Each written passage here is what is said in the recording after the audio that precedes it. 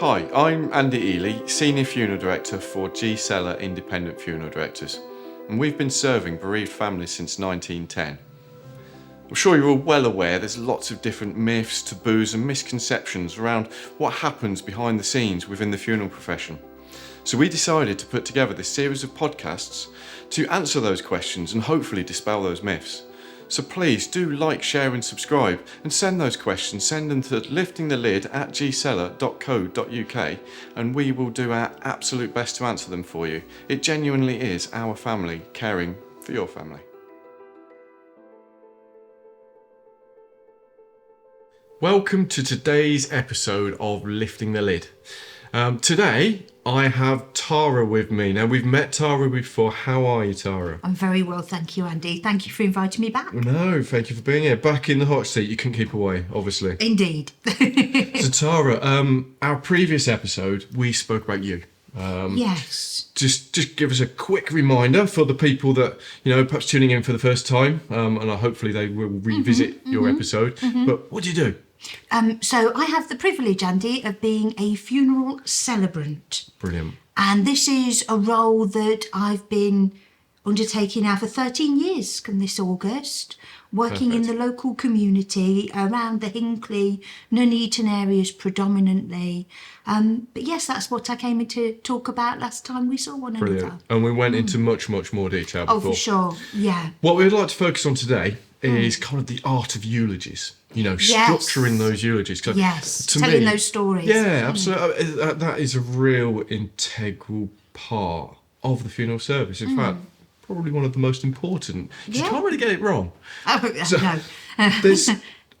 From our perspective, we feel there's two ways to this. There's the kind of at-need element. So someone passes away and you have the remaining family. You need to put that eulogy putting together. That together. Yeah. Mm-hmm. The other way is perhaps someone that's ill, someone that's poorly and preparing for everything. Yes. They might want to be involved in writing their own eulogy or even recording their own eulogy. So I guess just want to understand how you go about writing this eulogy. What are the type of questions you ask? How much involved? How long does it take? I'm not bombarding you with loads of questions here. Where to begin? Yeah, where do we start? So let's do that. Where do you start? How do you go about it? Well, if I'm being very honest, to go right to the beginning, I don't begin with the eulogy.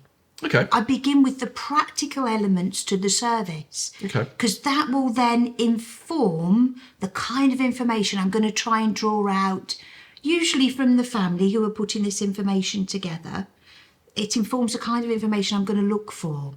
So, for instance, if the music that's been selected is very upbeat and buoyant and commemorative, then I know they're the kind of memories and thoughts and milestones I might want to draw out a little more when talking to the family, or indeed, as you've said, if pre-planning with someone who's looking at putting something together for themselves. So when I've gone through the practical elements, what music might be required, if there's a poem, if there's a reading, if there's any elements of faith or spirituality to be represented, then that gives me a great grounding then to know where I'm going with the eulogy. Okay. And what memories we might want to look at first. But as you've said, it's very different if somebody is pre-planning their own eulogy, telling their own story, to if, as is most usually the case, you're meeting with a family and they're talking to you about their loved one and their remembrance of them. Do you have any challenges to that? So I'm thinking of kind of personal experience here. So I, as a child, myself, I don't know a tremendous amount about my parents' childhood. Yeah, ditto. And it kind of worries me, I guess. So I've got my siblings, so I'm kind of hoping that they know a bit more because they're a bit older than me. Only child here, so it's got a problem there. But it's how if you were sitting and asking me those questions, I don't know whether I'd know the answer. Yeah, and surely absolutely. you must come across this. Yes, I'd say that's extremely common, and as we've identified, we both feel in that position to some Which degree. for us is, you'd think we'd know, wouldn't you, really? Yeah. So I think possibly I am starting to have those conversations a little bit more with family members now. But Yeah, you're quite right. The usual situation is you walk in to meet a lovely family, and possibly you might be sitting down with sons or daughters or wider family members who might be of a slightly younger generation who don't know quite the story of mum or dad's or grandma's early years. So when you do have those kind of stories and memories, it's always super valuable. Yeah, if somebody's thought to put something together perhaps beforehand. Yeah, just a bit of a sort of synopsis. Yeah. Because I'm at the stage now, particularly with my parents, I don't know, it doesn't feel appropriate to be asking No, questions indeed. because Yeah. it's a little bit close. Yeah. Yeah, it's a real challenge. I mean, when you have these questions, I mean, are there any specific questions that you have that start to draw things out? Because I guess it's like anything, I don't know. I mean, you Yeah. start having a conversation, it rolls on to something else. Yeah. I suspect that's how you I work. try and I don't go with a set of questions. Okay. Just try and talk to the family. So keeping those questions very open and tell me about and Okay. whomever that person is, and then just see what they begin by talking about And sort of roll with it. and roll with it. Absolutely. So I know when I share details with you, I try and share with you as much as I found out about that family. Which is so helpful. So if I've got the music, great. Because you always put some wonderful facts on there. They love golf, or they might like this particular band or type of music. So I've always And wondered, that is that a informs bit of an me. icebreaker? Does that help you? It's fantastic. Well, I'll carry It's on with really that. helpful. Carry on with that, Andy. Brilliant. Yeah. So I mean, it must be challenging. Yes. It must be difficult. I mean, so you go there, you have this conversation, you ask questions. It's all kind of led by the family. Conflict. I mean, families in conflict. This is another thing that pops up quite frequently. What's that like as a challenging point for you? I try very much to remain focused on representing and telling the story of the person that I'm there to talk about. Okay. I try very much to empathise with everybody's viewpoint, and indeed put together a eulogy, a ceremony that feels as comfortable as possible for everyone there present. Yeah. Perfect. How long do you spend with that family originally? Yeah. You know, the physical conversation. Yes, it's part of a process probably of over a couple of weeks from that initial contact and arranging a meeting. So a meeting usually is around about an hour, maybe a little bit more, depending on what kind of content you're getting, how the chat's going. And then from that meeting, finding out about all these lovely memories and stories and reflections, that's when you can go away and start to put together the eulogy. But it's very much a blank page, Okay. a blank sheet. So you spend Yeah. that time with them, you then go home, you write this eulogy. Yeah, put the eulogy together. Now, is that something that you write for the family to deliver? Do you deliver it on their behalf? Is this kind of a bit of a hybrid? Is there a bit of a... Every family's different and unique, as it should be. Okay. So ordinarily, I would say I'm the person who stands up and delivers the eulogy. But also it's very nice when a family member or a friend feels they might want to stand up and talk about their loved one. Because, of course, we all have different perceptions. So a person might be remembered differently as a parent, as you say, as a sibling, a grandchild, a friend, a work colleague. We're all going to have different visions and perceptions of that individual. So I think you mentioned right at the beginning how oftentimes a family will help to put together the eulogy with their memories. It is so poignant and so incredibly special. If you have any input at all from the person who has sadly passed, if they'd had the opportunity beforehand to make any notes about their life and what mattered to them and what inspired them and what shaped the person they became, there's almost a hush goes over the people gathered if you have the privilege of sharing those thoughts and those memories and those specific expressions from that individual of who they are. My goodness, that is It's very really special. poignant. I mean, it's got to be 100%. And our thoughts are, 25% of this is the quality of the questions from your perspective. That initial conversation that you have to with make that sure you family. can draw out those key elements. The other 25%, of course, is the answers. Another 25% writing it. You know? Yeah, absolutely. Do you share your writings with the family before you deliver? Always, yes. As long as the family are happy to Yeah. see them, which is 99.9% of the time, I do like to do that to make sure I've expressed who their loved one is, their character, their interests in the right way, using the right language and the right tone in a manner that's as comfortable as can be for their loved ones. Yeah. Brilliant. And I always like to do that and get that little bit of feedback. And then, you know, on the day you can stand up and deliver that eulogy with confidence. The last 25%, because Yep. I've only got 75% there, You have? is the delivery, of course. So, I mean, from your perspective, yeah, you ordinarily deliver the service. I mean, are you Usually. comfortable with a family member doing that? Totally. It's lovely when people are able to do that. Quite honestly, Andy, if it was somebody very close to me, would I be able to? I often ask myself the question. Yeah, that is a good question. So I think people who do choose to speak are very courageous in doing so. That said, I don't think there's any shame in not speaking either, if that makes sense. If you just want to relay that information and have someone else tell your loved one's story. But yes, when family members or friends speak, Is it very common special. for people to prepare their own in advance, their own eulogies? It's not common, no. Okay, No. is it something you get involved with? Yes, yeah? most Okay. definitely. I was just going to say, I think it is increasing Yeah. a little bit.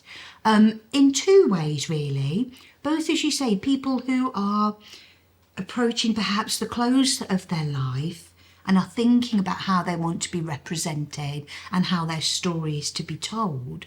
But increasingly, I'm meeting with families where their loved ones, quite some time in advance, sometimes years in advance, they've bought them perhaps a little notebook Okay. or sat down with them and had conversations about their life and about their memories.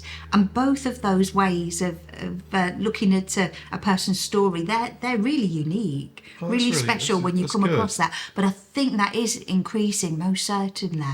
So we've spotted not a trend as such, but more and more people are preparing their own funeral services. And it does make it much easier for the next generation. You know, if the music's chosen. Yeah, absolutely. Sometimes the route's chosen, what they're going to be wearing, all these Yeah. elements. So the eulogy, from my perspective, is kind of a natural addition to that. And I Why don't not? think we have to always wait until, as we've said, right until that moment where we're thinking about we might be needing this information sadly soon. Yeah. It's quite nice to see people sort of almost not even preparing for their service, but they just want to reflect. They're finding it an interesting process to reflect upon their lives and make notes and write their story, as it were. Is this something you enjoy?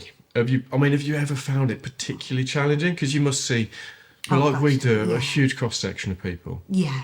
Yes, it's always a privilege to talk with somebody and to represent their life and to meet with a family and be able to stand and talk about their loved ones. But we are all human, and of course you feel that. Yeah, Yeah, yeah. absolutely. But I think there's different types of tones to different services as well. When someone has led a wonderful, full life, they're 101 years old, many generations of the family to remember them, this wonderful legacy. Yeah.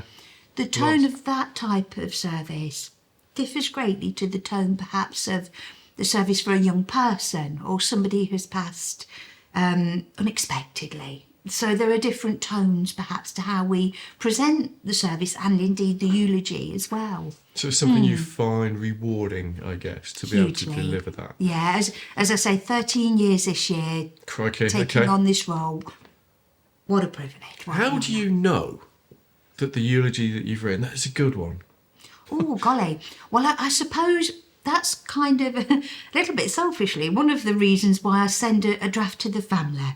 Because, like you say, I could sit down with the family, talk to them about their friend or their loved one, pull together all of this information, but perhaps if I've not read the tone that they want quite right, then they might want some tweaks or feedback. I hope that doesn't happen too often, because as I say, I've had the privilege of experience, but there might be a little memory they've forgotten, something else they want to Yeah, add something in. to add. So I always like to send that draft, have the family read it, just to make sure they're happy with how their loved one's being represented and the language that we're using for the eulogy, for that tribute.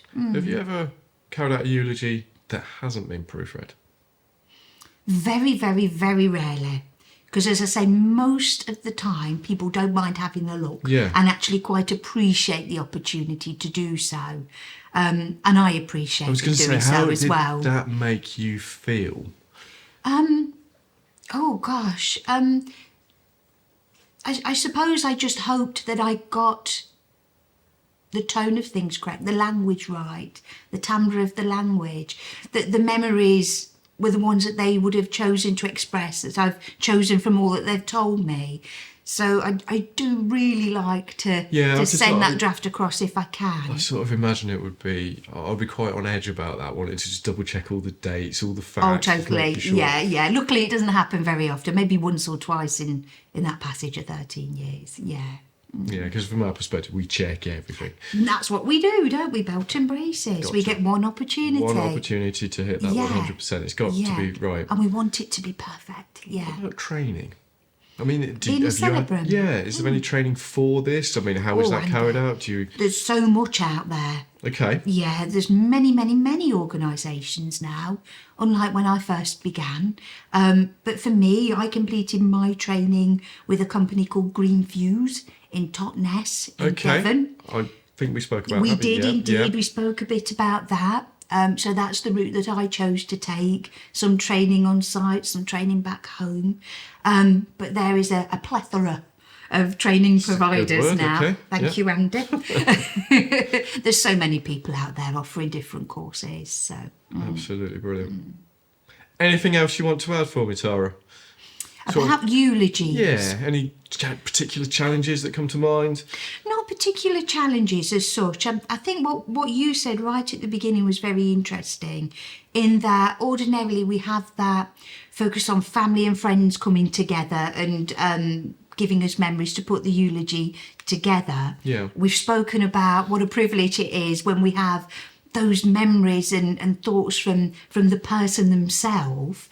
But I guess increasingly, with families' permission, another aspect that I've noticed is coming into eulogy writing perhaps a little bit more, is expressions of people's character and memories on social media. Oh, okay. So that's been quite a new way of getting information for eulogies. Yeah, okay. Obviously, if family give permission to do so, because then you're sitting down with somebody's nearest and dearest, close family, close friends, but equally on social media, it gives you that other perspective, perhaps of how that person was loved and known in the community, how they were loved and known as a colleague.